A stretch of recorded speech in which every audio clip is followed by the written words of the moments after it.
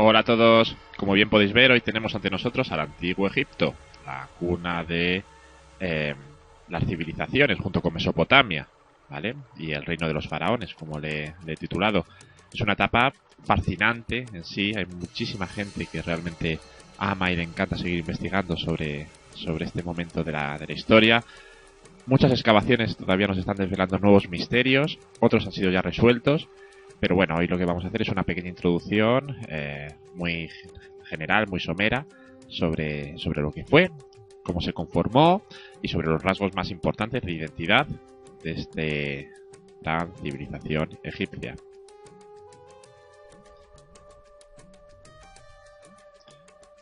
Bueno, como bien podemos ver aquí, para entender la civilización, que fue la primera, como hemos dicho, junto a las del valle del río Tigris y Éufrates en Mesopotamia, en el actual Irak, es la geografía.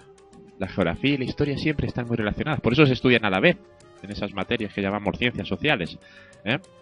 Pues para entender por qué surgió tenemos que irnos a ver una imagen satélite de lo que es el área de Egipto. ¿eh?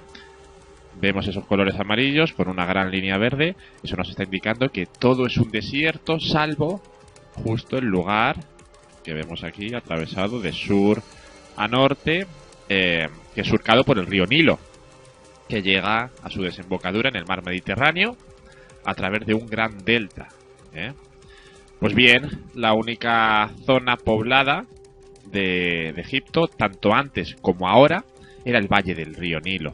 Lo demás es tierra improductiva, es decir, tierra muy seca, arenas, montañas que arden prácticamente de la sequedad que tienen y del grado de calor, que no están pobladas. Entonces, bueno, el río Nilo como eje principal, vertebrador, importantísimo de la cuna de esta civilización. Necesitaban el agua para poder regar. Con calor y el agua del río Nilo, obviamente las cosechas serían abundantes, ¿vale? Aquí vamos a ver otra imagen en la cual es obviamente actual. No existía la luz eléctrica, obviamente, en la antigüedad, pero nos sirve muy bien para lo mismo, para constatar, oye, que salvo algún punto aislado en mitad del desierto, que probablemente sean oasis, lo demás es el río Nilo. En torno al río Nilo se encuentran las principales ciudades. Como vemos aquí, esta es la zona del Cairo, justo a la entrada del delta, que es, pues bueno, la zona más poblada. ¿De acuerdo? Bueno, dicho esto, vamos a hablar sobre esa importancia que tuvo del río Nilo, que para ellos era un auténtico misterio. El río Nilo les daba la vida, el río Nilo era un dios. El río Nilo es el causante de que ellos tuviesen comida para poder alimentar a sus familias. Por lo tanto, el río Nilo es la base de la civilización.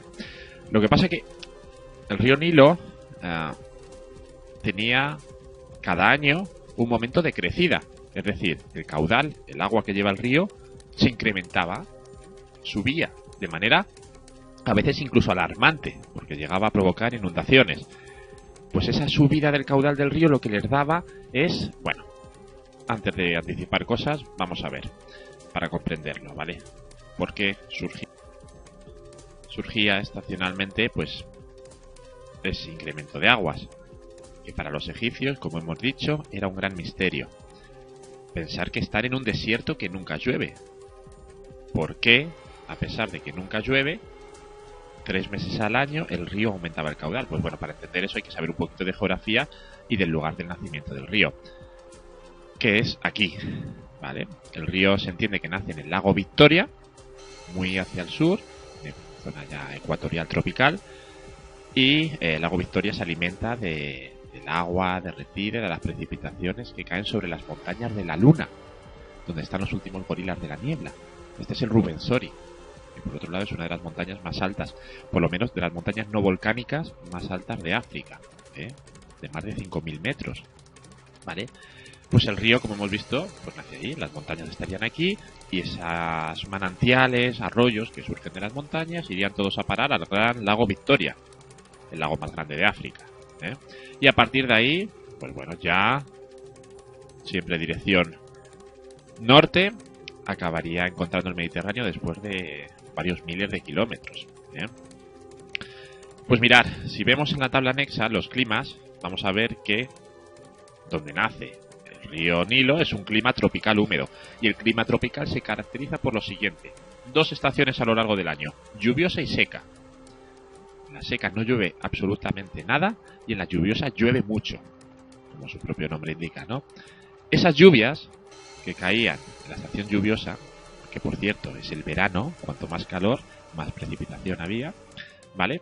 En esta zona, en la cabecera, pues comenzaban a bajar, ¿vale? Y nos metíamos ya en la zona blanca, que es la zona de desierto, y llegaban al Mediterráneo. Y la civilización egipcia que estaba aquí, que es un desierto absoluto y que nunca llueve, pues no se comprendían que aquí el clima era distinto. Sí que era distinto. Aquí sí que llovía durante unos meses y era lo que traía tanta cantidad de agua. ¿Y por qué era importante esa cantidad de agua que bajaba desde el lago Victoria, desde zonas tropicales? Pues mirad por la siguiente. Aquí en este gráfico lo vais a entender bastante bien, ¿de acuerdo? Ellos dividían el año laboral, por así decirlo, a lo que, bueno, lo que les dejaba el río Nilo trabajar, pues en tres grandes periodos. Por un lado, el periodo vamos a empezar con el de la inundación, ¿vale? Que es el que hemos dicho, en el cual el río Nilo va a venir muy crecido el caudal, viene, pues fijaros, tanto es así que muchas veces inundaba los pueblos anexos, ¿vale? ¿Qué dura? Pues ya lo vemos, la época de más calor, nuestro verano, julio, agosto, septiembre, hasta mediados de octubre, ¿vale? Una vez que se empieza a evaporar el agua de la crecida y deja de llover en la zona de su nacimiento, pues ¿qué va a pasar? Que van a sembrar, en la cual el campo está todavía húmedo, el río ha depositado muchísimos nutrientes, minerales, que son al fin y al cabo vitaminas para las plantas, que son muy adecuadas para su crecimiento, y aprovechan para sembrar, es decir, para depositar las semillas en surcos justito al lado del río Nilo, ¿vale? Para luego, unos meses más tarde, ya con la planta crecida, pues recolectarlo. Esto es muy fértil. El río Nilo, con esos nutrientes traídos, con esas crecidas, esos limos, lo que van a dar lugar es a una fertilidad increíble. Llegaban a cosechar varias cosechas durante el mismo año, ¿de acuerdo? Y luego incluso los romanos lo consideraban la despensa de trigo, el granero de su imperio. Eso da fe de la importancia que tenían estas crecidas estacionales del río, ¿vale? Aquí tenéis otra imagen, pues lo mismo, la vida de los egipcios siempre planteada con el horizonte del río Nilo y, bueno, pues con canalizaciones, como podemos ver aquí, ¿vale? Ellos aprendieron muy prontito a guardar hasta la última gotita de agua para inundar sus campos, utilizarlos para sus cultivos diversos de cereales y demás, ¿de acuerdo? Por lo tanto, espero que haya quedado ya bastante claro la importancia de esta fuente de agua eterna y misteriosa para ellos, que es el dios Nilo. Vamos a proseguir y vamos a echar un vistazo ya a lo que es el mapa del Antiguo Egipto, cómo estaba dividido políticamente, cómo se organizaban, aunque no se aprecie muy bien, ¿vale? Os voy a ir diciendo los nombres. Estaba dividido en dos grandes, o estuvo dividido, ¿vale? En dos grandes reinos, geográficamente además muy diferenciados, lo que es el Bajo Egipto, ¿vale? Cerca ya del mar Mediterráneo, el delta y las tierras bajas, y ya la zona alta, ¿vale? Cerquita de Nubia, que es, bueno, pues estaría comprendido lo que es el actual país de Sudán, el Alto Egipto, ¿de acuerdo? Como vamos a ver, en el Bajo Egipto, la capital, la ciudad más importante sería Menfis, y en el Bajo Egipto es donde se van a encontrar esa serie de tumbas gigantes, las pirámides de Giza, que luego hablaremos un poquito más de ellas, con sus principales, bueno, que es lo más destacado, ¿no? A nivel visual, por lo menos, de lo que queda de esa antigua civilización. Aquí estaría también, al lado de Menfis, la ciudad del Cairo, que es la capital de Egipto de hoy en día, ¿vale? Que en ese momento no existía, así que olvidaros de ella, ¿de acuerdo? Y la ciudad más importante del Alto Egipto sería Tebas. Y en torno a Tebas, los templos de Karnak, Luxor, ¿vale? Con el gran hipogeo del Valle de los Reyes, luego hablamos de él, ¿vale? Y lo último, ya antes de entrar en el país de los nubios, no rubios, nubios, repito, el templo de Abu Simbel, una verdadera maravilla. Pues bueno, recordar que no era navegable el río Nilo en algunos tramos, ¿vale? Había cataratas que dificultaban la transición, pero bueno, en otros sí se utilizaba como vía comercial. Entonces, este Bajo Egipto y el Alto Egipto va a quedar unidos por primera vez con un rey, ¿vale? Que es este hombre de aquí, Narmer, en torno al año 3000 a.C., y es el que va a dar lugar al origen de la civilización egipcia, como Reino Unido, ¿no? Como la unión del Alto y el Bajo Egipto. De hecho,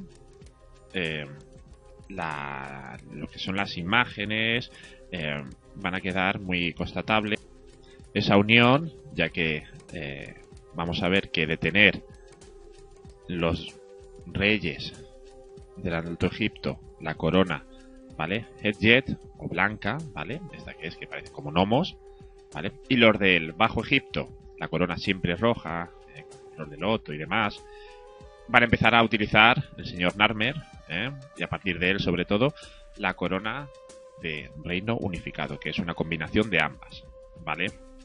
Bueno, aquí veríamos Narmer todavía estaría utilizando la corona blanca de rey de Alto Egipto, ¿vale? Pues sería al final los del Alto Egipto los que conquistarían en este primer momento al reino del Bajo Egipto, ¿vale? Importante es, por supuesto, saber localizar en el tiempo a la civilización egipcia. Tenemos que tener claro que ese Egipto antiguo, ¿vale? Que como decía empezó en torno al año 3000 a.C.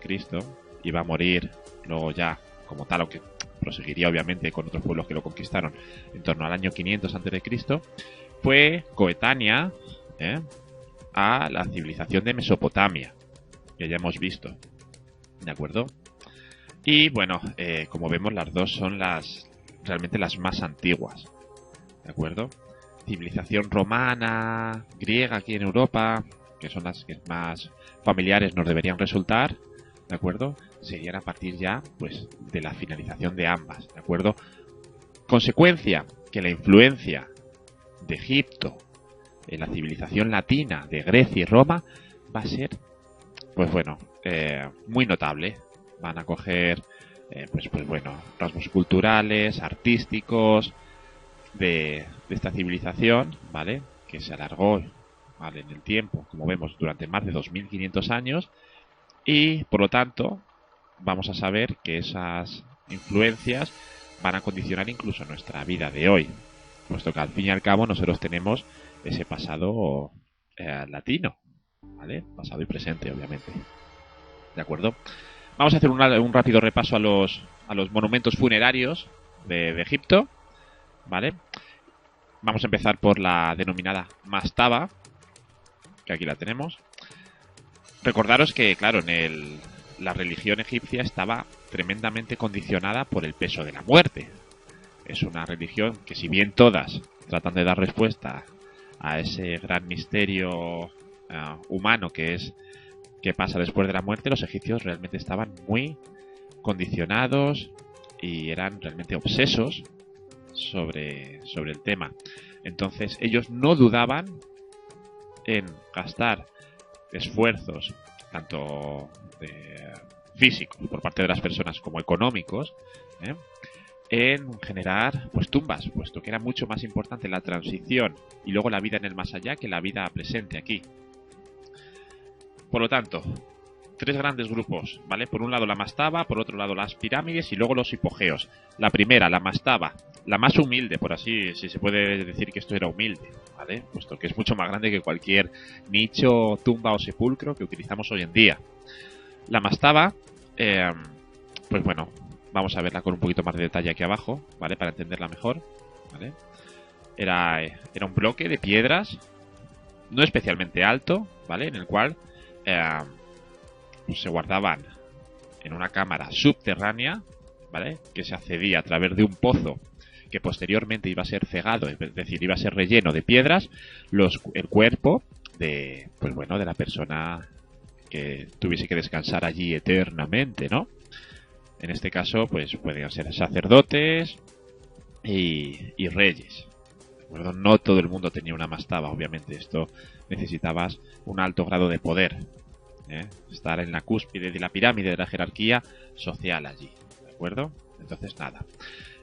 ¿Por qué echaban piedras? Pues, hombre, es fácil interpretar y entender que lo que se buscaba era que no se robase. A los egipcios se les enterraba con todo el lujo de riquezas, bienes personales que creían que les iba a hacer falta en el más allá, ¿no? Y entonces los ladrones lo sabían. Y los ladrones quieren vivir bien no en el más allá, sino aquí, aquí y ahora. Entonces lo intentaban robar. Pues, al fin y al cabo son estrategias para intentar evitar robos, hurtos y llevarse lo que no era suyo. ¿Lo consiguieron? No. En la mayoría de los casos los ladrones acababan siendo más listos que los arquitectos y lo acababan robando. Esta es muy, vamos, como mastaba, no es muy convencional, no es muy normal, ¿vale? Pero me gustaría presentarla a todo el mundo. Es la pirámide de Zoser, que son al final 6 mastabas superpuestas una tras otra, ¿de acuerdo? Que le dan esa sensación al final de pirámide cuando en realidad no, ya os digo, que son unas mastabas. Hay que saber valorar y realmente darse cuenta de la antigüedad que tienen estos monumentos, ¿eh? Las pirámides, eso es la última maravilla del mundo antiguo que queda en pie. Y encima era la más antigua de todas ellas. Entonces, bueno, hay que valorarlo. Vamos a las pirámides. Como hemos dicho, estaban las mastabas, las pirámides. Las pirámides son las tumbas más excepcionales, ¿no? Los panteones, los mausoleos más grandes que ha visto la historia de la humanidad. Hay incluso gente que discute que si tienen origen extraterrestre, que cómo han podido los egipcios hacer pues bueno, estos grupos, estas pirámides, ¿no? Tan inconmensurables y parecen infinitas hacia el cielo, ¿no? En una edad tan temprana de la humanidad. Bueno, pues el caso es que sí los hicieron, ¿vale? Este es el grupo de las 3 pirámides de Giza, Keops, Kefren y Mykerinos, ¿vale? Que son las 3 más grandes, aunque luego vais a ver que hay más.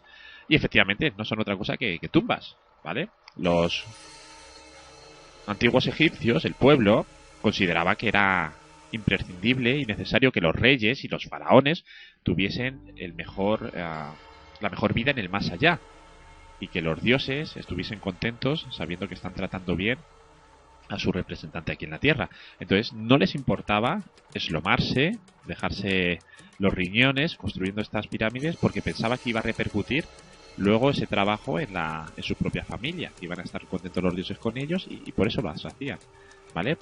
Bueno, recomendable el lugar, no, lo siguiente, ¿de acuerdo? Hay que ir sí o sí, cuando se pueda, ¿vale? Aquí tenemos un croquis de lo que es una pirámide por dentro, con una entrada que quedaba cegada. Son laberintos. Está claro que lo que se pretendía aquí es lo mismo que en la mastaba, pero aún más, ¿vale? Esconder las riquezas, y que nadie pudiese acceder a ellas. Entonces, bueno, pues vais a ver que la cámara del rey se sitúa en lo más profundo de la pirámide, en el interior, ¿eh? Y que bueno, y que luego hay un conjunto de pasadizos, laberintos, algunos incluso con trampas y pozos, ¿vale? En el cual, pues bueno, para dificultar lo máximo posible también el expolio, es decir, que se lleven las riquezas otras personas que bueno, pues ladrones principalmente. Todas ellas, hay que decir de nuevo, que fueron robadas, ¿de acuerdo? Todo el mundo se llevó las riquezas. Las que se han conservado han sido de pura casualidad. Y bueno, y ahí como custodiando las tumbas, pues vemos a la esfinge, ¿no? A la esfinge, que también está ahí al lado de las pirámides de Giza, ¿vale? Mitad león, mitad humano, representando, se supone que a un rey, pero bueno, que no está muy... los investigadores tienen dudas de saber a quién realmente está representando, ¿de acuerdo? Increíble, ¿no? Increíble todavía que se conserve después de tantos miles de años, pese a la erosión, es decir, al viento que golpea día tras día el rostro de esta figura semihumana, ¿no? En fin, la esfinge de Giza. Y vamos a acabar el vídeo hablando de los hipogeos, que al fin y al cabo, pues, son cámaras sepulcros, ¿no? Donde se guardaban también los cuerpos, pero en este caso de dinastías, es decir, de familias de reyes enteras, ¿eh? Si hablamos de los hipogeos, el más importante, sin lugar a dudas, y el que todo el mundo tiene que tener en mente, es el Valle de los Reyes, donde se custodian los cuerpos de los representantes de la dinastía 18, que fueron los más poderosos. Al fin y al cabo, los que la gente pues más conserva la memoria, Ramsés II, ¿vale? Y toda la familia de Tutankamón, Nefertiti, ¿vale? Y compañía. Son cámaras sepulcrales que se abren en mitad de la montaña, ¿vale? A través de una entrada, ¿eh? Donde se guardan, pues, a partir de distintas pues, habitaciones, cámaras, ¿vale? En el corazón de esos cerros pelados desérticos, los cuerpos de estos reyes pasados, ¿eh? Tutankamón, el joven rey que falleció muy prontito, murió almacenando ya unas cuantas riquezas, y afortunadamente en este caso esas riquezas nunca fueron descubiertas. Digo nunca fueron descubiertas en época antigua, porque en el siglo XIX sí lograron, por casualidad, llegar hasta ese hipogeo, y lo que encontraron allí pues fue poco más o menos como las minas del rey Salomón: oro y oro y oro, ¿vale? Eso es un vestigio, y con eso, bueno, es un vestigio de lo que realmente fue esa civilización, ¿ya? La gran civilización egipcia, rica, jerárquica, en la cual el faraón mandaba sobre el resto, y de la cual todavía nos quedan muchas cosas por descubrir. Muchas gracias a todos y nos vemos en el próximo vídeo.